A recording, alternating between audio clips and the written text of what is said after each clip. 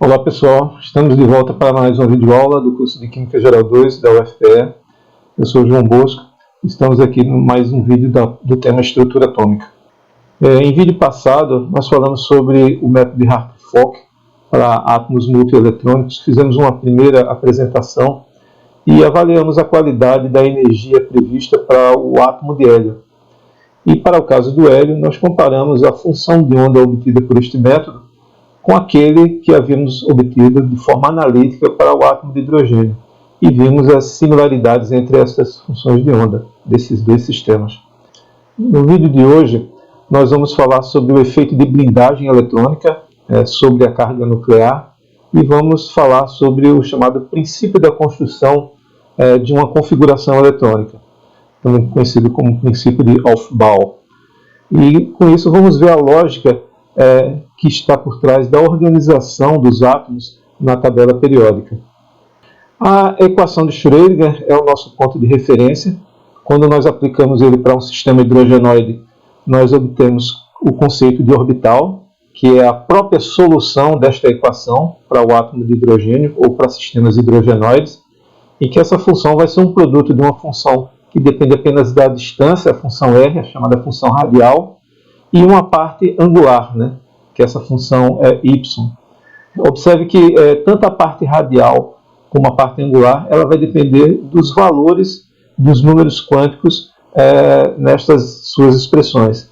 Vai depender do número quântico n e l, no caso da função de onda radial, e de l e ml, no caso da função de onda angular. A partir desse conceito de função de onda, a gente pode calcular um parâmetro que é a função de distribuição de probabilidade radial, que é o produto da área de uma esfera, 4πr², vezes o quadrado da função de onda radial. Muito bem, então vamos olhar para a cara dessa função π, que dá a ideia de probabilidade de distribuição radial, dependendo dos números n e l. Nesta figura, nós apresentamos diversos gráficos, aqui 1, 2, 3, 4, 5, 6 gráficos, onde no eixo y está a função de probabilidade radial, normalizado pelo número atômico e o raio de Bohr. E no eixo x, em todos eles, nós temos a distância r, também normalizado pelo número atômico e o raio de Bohr. Observe que aqui no primeiro gráfico, nós temos o perfil da curva de P quando n é igual a 1 e L é igual a 0. Se o L é igual a 0, então ao ml só resta o valor 0. E isso aqui é o que configura o chamado orbital 1s. No caso, n igual a 2 e para L igual a 0, isso aqui é o 2s. Quando n é igual a 2 e o L for igual a 1, o ml pode ser menos 1, 0 e 1. E que isso dá exatamente os três orbitais degenerados 2px, 2py e 2pz. A mesma coisa aqui para esse gráfico aqui, que refere-se ao orbital 3s. Esses outros aqui abaixo, esse aqui abaixo, que refere-se aos orbitais 3px, 3py e 3pz. E este último aqui, para n igual a 3, L igual a 2, que a gente associa aos orbitais d, que no caso poderão ter valores de ml de menos 2, menos 1, 0, 1 e 2. Levando, portanto, a 5 orbitais d, que a gente conhece como orbitais 3d z2, 3d x2 menos y2, 3d xy, 3d xe e o 3d yz. Observe que para cada valor de n, como por exemplo n igual a 1, o máximo da probabilidade de encontrar o elétron está aqui, nessa região. E ela é diferente dos demais. Observe que no caso, quando n é igual a 2, que são esses dois gráficos aqui de baixo, o máximo está aqui circundado por essa linha pontilhada em vermelha. E para o caso de n igual a 3, vocês já devem ter percebido que o máximo, independente dos valores de L e ml, estão aqui, nessa região pontilhada em azul. Então, para cada n, a região onde o máximo de probabilidade de ter o elétron é relativamente diferente. Isso aqui no caso do n igual a 1, isso aqui dá a chamada camada K, a gente associa isso com uma camada, uma região onde estão esses elétrons.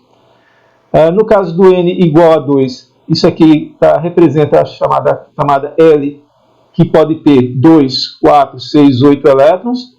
E no caso aqui de N igual a 3, a camada M, que pode ter 2, 4, 6, 8, 10, 12, 14, 16, 18 elétrons. Né? Lembrando que cada orbital pode ter até 2 elétrons. Portanto, agora a gente conhece, aqui está relacionado aquelas camadas que a gente aprende lá no ensino médio. O número de elétrons que comporta cada camada é o número de elétrons associado a um dado N. Outro detalhe que é importante a gente destacar dessas figuras dizem respeito às peculiaridades dos orbitais de N maior que 1, por exemplo, N igual a 2, para os diferentes valores de L. Por exemplo, vamos comparar o orbital 2s com o orbital 2p. O que é que tem de diferente entre eles? A gente viu que o máximo de probabilidade está numa região próxima, né? Todos eles, à medida que o raio vai aumentando, o quadrado dessa função de onda vai tendendo a zero. A probabilidade de encontrar o elétron vai indo para zero. Mas vamos olhar agora o contrário, quando o R é muito pequeno, quando ele está tendendo para valores próximos de zero. Observe que para o caso do L igual a 1, ou seja, os orbitais do tipo P, o quadrado da função de onda vai indo para zero. Enquanto que aqui no caso dos orbitais do tipo S, o quadrado da função de onda tem um pequeno máximo local aqui perto do zero. Então essa diferença do quadrado da função de onda perto do núcleo leva o orbital 2s a ter uma pequena probabilidade do elétron estar lá. E a gente sabe que quando o elétron está próximo do núcleo, você tem aí uma força de interação atrativa muito forte, e que é estabilizadora. Portanto, isso leva os orbitais do tipo S a ter uma energia menor do que os orbitais do tipo P. E quando você observa no caso dos orbitais de N igual a 3, você vai ter aqui o 3s, o 3p e o 3d. E aí a gente observa também isso, aqui os orbitais do tipo D, eles vão muito mais rápido para zero, né, à medida que a distância vai indo para zero, enquanto que os orbitais do tipo P ainda tem aqui nessa região, onde ele já é praticamente zero no D, ele ainda tem alguma probabilidade de ser encontrado. E no caso do orbital 3s, existe um pequeno ombrozinho aqui, um pequeno máximo local para valores de R ainda menor. Então isso leva a essa lógica, que a energia dos orbitais do tipo S serão menores do que as energias dos orbitais do tipo P e menor do que a energia dos orbitais D. Então isso é uma regra que a gente pode utilizar na hora de construir os nossos diagramas de níveis de energia. Agora que nós sabemos a ideia de que quanto menor é o N, mais próximo o elétron está do núcleo, então vamos ilustrar aqui para o caso de dois sistemas, o lítio, que tem número atômico Z igual a 3, e o sódio, que tem número atômico Z igual a 11. Nós sabemos que no átomo neutro, a quantidade de elétrons é igual à quantidade de prótons. Portanto, no lítio teremos 3 elétrons, que vão estar distribuídos dessa forma, 2 elétrons no N menor, no N igual a 1, e o último elétron no N igual a 2. E no caso aqui do sódio, a gente vai ter 2 elétrons no N igual a 1, 8 elétrons para N igual a 2 e 1 elétron no N igual a 3. Então, de certa forma, o lítio e o sódio, eles têm um padrão de que tem apenas um único elétron no último orbital. Vamos agora meditar sobre como deve ser o perfil de interação desses elétrons com o núcleo. Quando a gente olha, por exemplo, para os elétrons que estão no N igual a 1, que são mais próximos do núcleo, a gente vislumbra que no lítio esses elétrons vão estar interagindo com 3 prótons. Entretanto, no caso do sódio, esses elétrons que estão mais próximos vão estar interagindo com 11 prótons. Portanto, a interação atrativa elétron-núcleo vai ser muito maior no caso do sódio que no lítio. Entretanto, quando a gente olha agora para os elétrons mais distantes, a gente poderia fazer a seguinte pergunta: será que a percepção desses elétrons pelos seus núcleos são idênticos nos dois sistemas? Pense um pouco sobre isso. Será que os elétrons mais externos conseguem enxergar os seus núcleos de forma equivalente? A resposta é, obviamente, não. E isso se deve devido à chamada blindagem da carga nuclear pelos demais elétrons que estão mais próximos do núcleo. Obviamente que essa blindagem eletrônica não é uma exclusividade apenas dos elétrons mais externos. Cada elétron em um dado N vai ter uma blindagem dos elétrons que estão em Ns menores. Por exemplo, também esse que está aqui no N igual a 2 também vai ter uma blindagem devido ao outro elétron que está no mesmo N e aos elétrons que estão em Ns anteriores. Mas quanto é que deve ser essa blindagem, né? Qual é o efeito dessa blindagem? O efeito dessa blindagem é diminuir o Z que, de fato, o elétron mais externo percebe o núcleo. Observe que não é que os elétrons estão anulando o valor de Z. O que acontece é que a blindagem eletrônica é um efeito devido à interação repulsiva entre os elétrons, né, que leva, por exemplo, a um afastamento desses elétrons. Então, ele leva a uma percepção da interação com esse núcleo menor. A blindagem eletrônica vai ser representada por essa constante sigma, e a diferença entre o número atômico e sigma vai levar ao valor da carga nuclear efetiva percebida por aquele elétron num dado N. Então, para esse cálculo dessa constante sigma, você pode usar valores estimados, valores aproximados que estão apresentados nessa tabela. Para elétrons que estão em orbitais do tipo S e P, para um elétron que está na mesma camada, você desconta 0,35 no valor de Z. Para elétrons que estão mais próximos do núcleo, esses vão blindar mais e, portanto, vai descontar um valor maior, 0,85. E para elétrons que estão ainda mais próximos do núcleo, em camadas ainda mais internas, você desconta 1 unidade no valor de Z. Para elétrons do tipo de orbitais D e F, a regra é na mesma camada desconta o mesmo valor, e para camadas menores, todas as demais camadas menores, você desconta 1 unidade no valor de Z.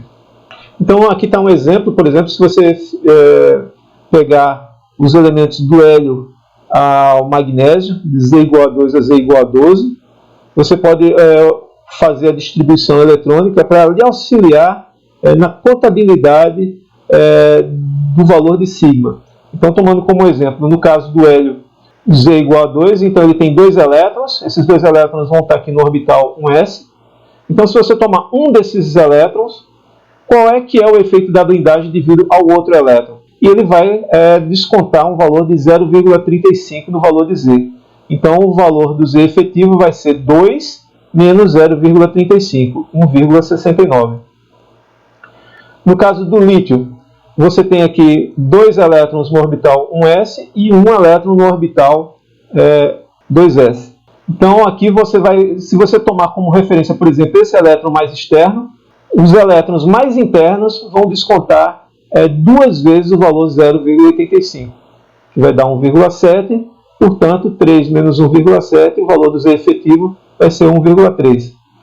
Se você pega o berílio, Z igual a 4, a configuração eletrônica é 1s2, 2s2, então se você escolher um desses elétrons aqui mais externos, ainda haverá um outro elétron no mesmo N igual a 2, portanto vai ser 1 vezes 0,35, e tem 2 elétrons no N menor, então 2 vezes 0,85, total 2,05, então você faz 4 menos 2,05, vai dar 1,95. Você pode pegar, parar aí o vídeo e meditar sobre esses números, né? Acompanhar aqui o raciocínio e avaliar aqui esses números. E aqui estão os valores do Z efetivo, né? Calculado usando esses valores que a gente apresentou na tabela anterior. Aqui na última coluna estão o valor do Z efetivo calculado por aquele método aproximado que nós descrevemos na videoaula anterior, um método chamado de Hartree-Fock.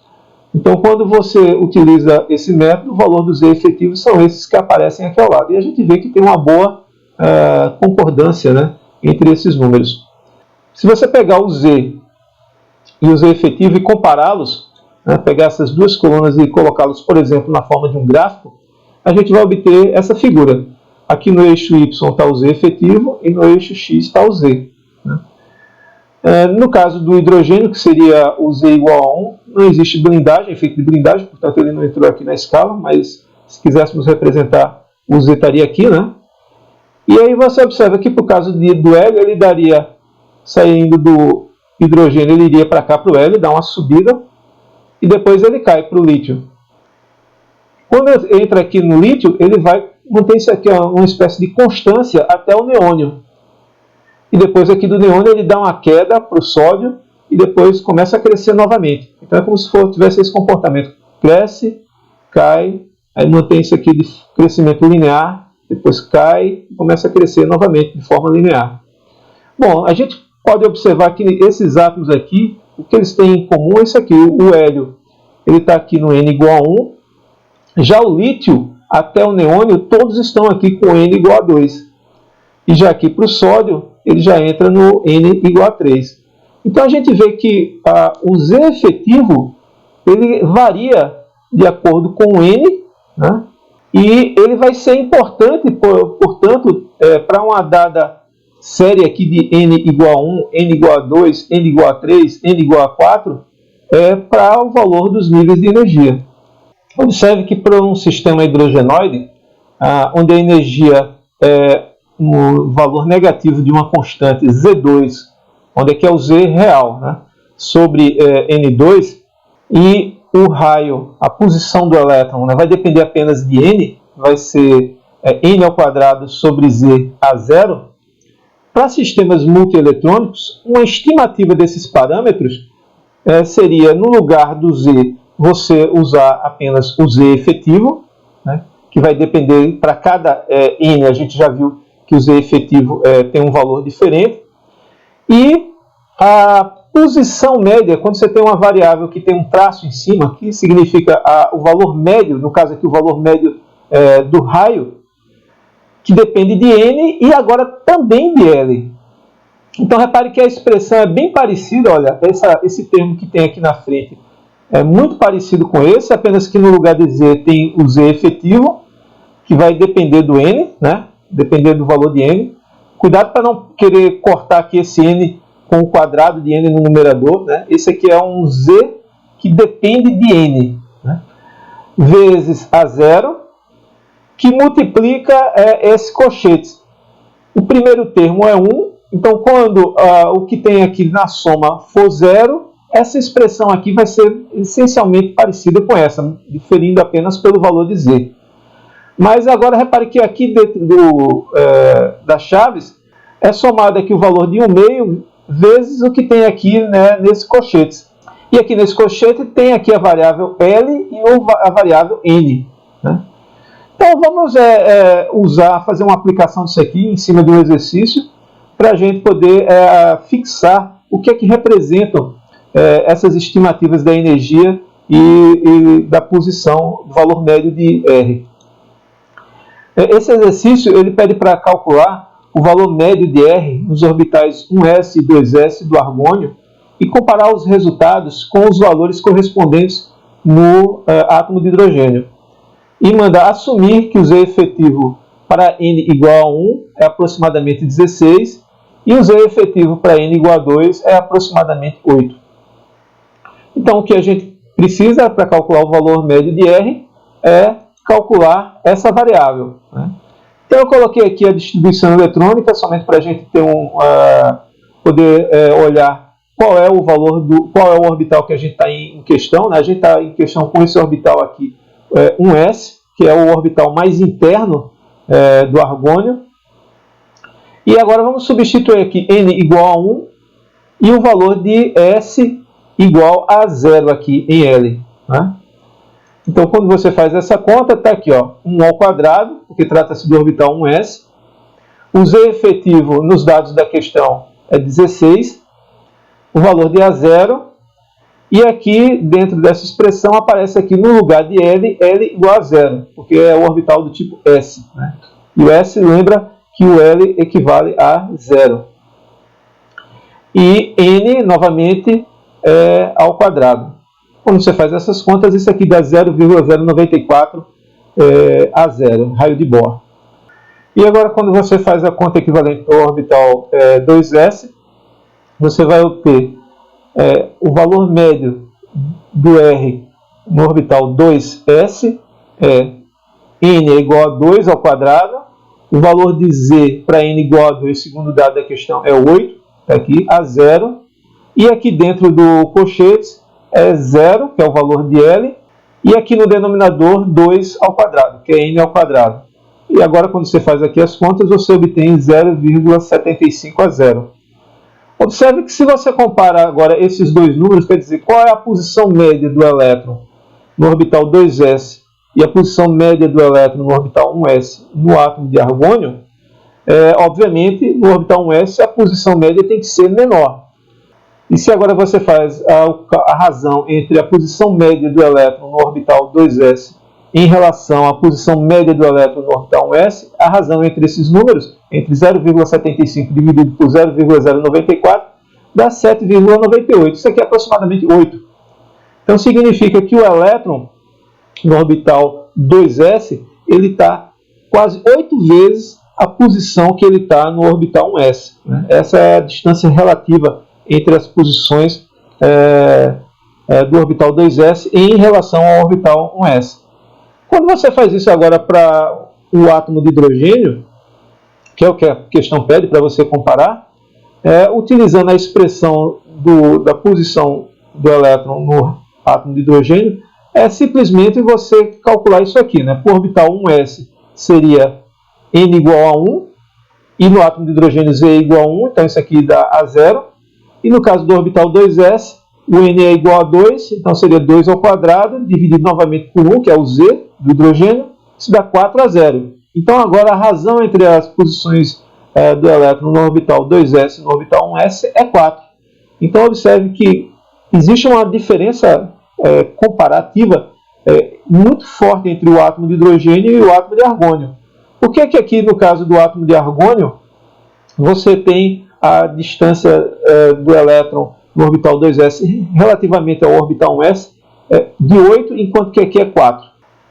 A razão é que é o efeito da blindagem eletrônica. Quer dizer, os elétrons que estão no orbital 2s percebem o núcleo de uma forma obscurecida pelos elétrons mais internos, que estão provocando um efeito de repulsão, e ele fica, portanto, mais afastado em relação ao núcleo. Vamos voltar agora ao nosso exemplo do átomo de sódio, que havíamos discutido há pouco. Está aí a configuração eletrônica dele e a representação dele, E aqui a gente poderia fazer uma pergunta. Se você fizer comparativamente, quais são os elétrons que vão interagir mais com o núcleo? E quais são os que vão interagir menos com o núcleo? Bom, os que vão interagir mais com o núcleo são aqueles que estão mais internos, Tanto mais interno, maior vai ser essa interação com o núcleo. Portanto, esses elétrons que estão mais internos, que interagem mais com o núcleo, isso aqui é o que nós chamamos de elétrons de caroço. Então, os elétrons de caroço são caracterizados por todos os elétrons que estão em uma camada interna àquela mais externa. E a mais externa é justamente caracterizada pelo maior N, maior número quântico principal. Então, já respondendo a outra pergunta, os que vão interagir menos são aqueles que estão na última camada, que estão mais externos, que estão sendo blindados pelos elétrons internos da interação com o núcleo. E esses elétrons, a gente chama eles de elétrons de valência. E vão ser justamente esses elétrons de valência aqueles que vão ser mais fáceis de ser transferidos para um outro átomo, por exemplo, numa interação iônica. Vão ser os mais facilmente trocados, cambiados com outros átomos vizinhos, uma ligação química. Enfim, são os elétrons de valência que vai levar toda a uma diversidade de estruturas e compartilhamento com núcleos vizinhos, com átomos vizinhos. Muito bem, vamos agora falar sobre o chamado princípio de Aufbau, que em alemão significa construção, que é a lógica que é utilizada para montar uma configuração eletrônica. Então, nessa figura que tem aí ao lado, a gente tem na vertical o eixo da energia. Para cada valor de N, você vai ter um valor específico da energia. Então, quanto menor é o N, mais negativo vai ser a energia. E à medida que o N vai crescendo, essa energia vai tendendo a zero por valores negativos. Bom, essa regra de construção de um diagrama de energia tem um algoritmo para ser seguido. A primeira regra vai se arrumar os orbitais atômicos em ordem crescente de energia, ou seja, do mais negativo para o zero. Em seguida, você vai fazer o preenchimento de um elétron por vez no orbital. A terceira regra, você começa com o orbital de menor energia e vai obedecendo a dois critérios, que é o princípio da exclusão de Pauli, onde cada elétron tem que ter uma quadra de números quânticos exclusiva. Você não pode ter dois elétrons com a mesma quadra de números quânticos.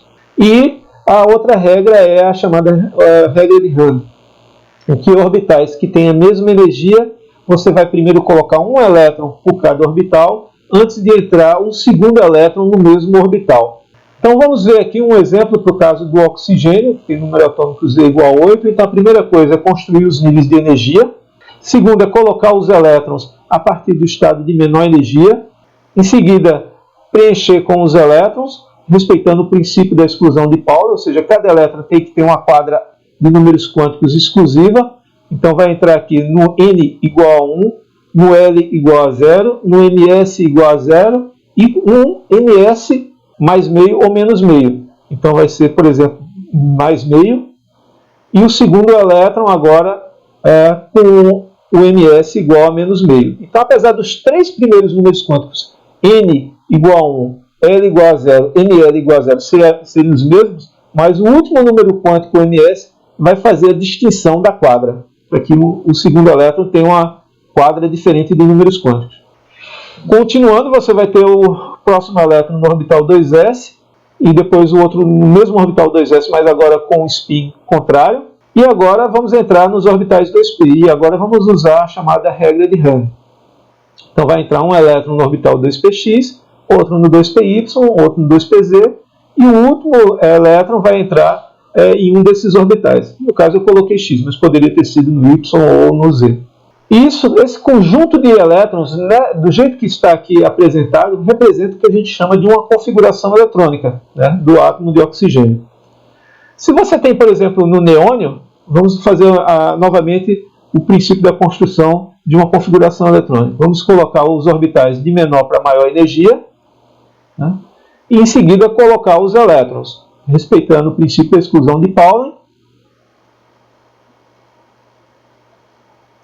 e a regra de Hahn. Pronto, 2, 4, 6, 8, 10 elétrons. E isso aqui é o que a gente chama da configuração fundamental do átomo de neônio. Tá? Observe que no átomo de oxigênio, você tem aqui dois elétrons que estão desemparelhados. E quando você pega um campo magnético externo e aplica sobre esse átomo, você vai ver que esses elétrons que estão desemparelhados podem se alinhar com o campo magnético externo, e isso é o que a gente chama de um sistema paramagnético. Já no caso do neônio, a gente não tem elétrons desemparelhados, nós só temos elétrons emparelhados. Portanto, ele não vai interagir com esse campo magnético externo e a gente chama esse sistema de diamagnético. Vamos ver novamente agora o átomo de oxigênio, vamos retornar ao átomo de oxigênio, e essa é a nossa configuração do estado fundamental, ou seja, a configuração de menor energia. Mas, eventualmente, a gente poderia aplicar um fóton sobre esse átomo e promover uma transição eletrônica e criar um estado como esse, um estado de maior energia, um estado excitado, representado aqui por esse asterisco. Né? Quando você vê assim, um átomo ou uma molécula asterisco, representa que esse átomo, essa molécula, num estado de maior energia, num estado excitado. Muito bem, nesse caso aqui, um elétron foi promovido para esse estado de maior energia, e esse conjunto como um todo é o que a gente chama de uma configuração de um estado excitado. Obviamente, você poderia fazer transições para outros estados de maior energia e você teria outros estados excitados. Então, cada estado está relacionado como os elétrons estão distribuídos nos orbitais. Quando todos os elétrons estão nos seus estados de menor energia, esse conjunto é chamado a configuração do estado fundamental. Quando um ou mais elétrons estão em estados de maior energia, a gente diz que o átomo como um todo está num estado excitado, né? Está numa configuração eletrônica excitada. Bom, agora que a gente já sabe para um dado átomo como construir a sua distribuição dos elétrons, né? Como fazer a sua configuração eletrônica, a gente pode replicar isso para outros átomos, né? De outros elementos químicos e organizá-los de uma forma que tem a ver com a sua identidade individual, que é caracterizado pelo número atômico. Cada átomo tem o seu número atômico diferente, é isso que distingue um átomo de outro.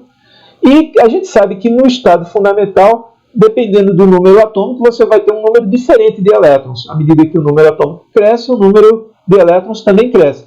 E quando você faz a distribuição eletrônica usando esse princípio de construção, você vai obter um padrão, né, entre alguns átomos. Alguns átomos, por exemplo, como a gente viu no caso do lítio e do sódio, vão ter apenas um elétron no último N. Outros átomos poderão ter dois, né? Enfim, esse padrão é o que está presente na chamada tabela periódica dos elementos. E a tabela periódica é, portanto, isso, né? É um padrão onde os átomos são organizados por linhas, que tem a ver com o número quântico N, as camadas, N igual a 1, N igual a 2, N igual a 3, até N igual a 7. E nas colunas, pelas configurações eletrônicas, né? Que tem em comum são as configurações eletrônicas nas colunas. Então, por exemplo, as duas primeiras colunas, você tem o preenchimento de orbitais do tipo S. Na primeira coluna você tem um elétron no orbital do tipo S, na última camada. Na segunda coluna você tem dois elétrons na última camada. Em seguida, quando você sai dos orbitais S, você começa a preencher os orbitais do tipo P, né? E lembra que o P são triplamente degenerados, cada um deles podendo ter dois elétrons, portanto você vai ter 2, 4, 6 elétrons. Por isso que você tem aqui 1, 2, 3, 4, 5, 6 colunas.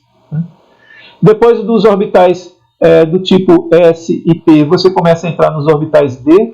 Portanto, você vai ter 2, 4, 6, 8, 10 elétrons. Então, você vai ter aqui 1, 2, 3, 4, 5, 6, 7, 8, 9, 10 colunas. E os orbitais aqui do tipo F, que foi quebrada aqui a escala, são 7 orbitais do tipo F. Portanto, você vai ter 14 colunas aqui, né? Entre a primeira e a última coluna.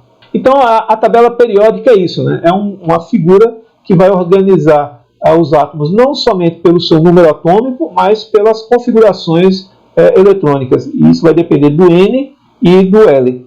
Então, pessoal, dessa videoaula eu queria que ficasse algumas mensagens para a gente recordar para o futuro. Primeiro, que a camada eletrônica tem a ver com N, né, o número atômico N. A repulsão elétron-elétron ela vai deslocar os valores de N para valores maiores, menos negativos, e vai quebrar a degenerescência dos orbitais. Os elétrons mais internos vão blindar o núcleo para os elétrons mais externos, e uma configuração eletrônica ela vai estar associada a um estado de um átomo. Quer dizer, se o átomo está no estado fundamental, ele tem a configuração de elétrons com os elétrons nos orbitais de menor energia. Se o elétron está num outro estado, por exemplo, no estado excitado, ele vai estar com um ou alguns dos elétrons em estados de maior energia, em orbitais de maior energia. O princípio da construção da configuração eletrônica você faz a partir dos orbitais de menor para maior energia, respeitando o princípio da exclusão de Pauli e a regra de Hahn.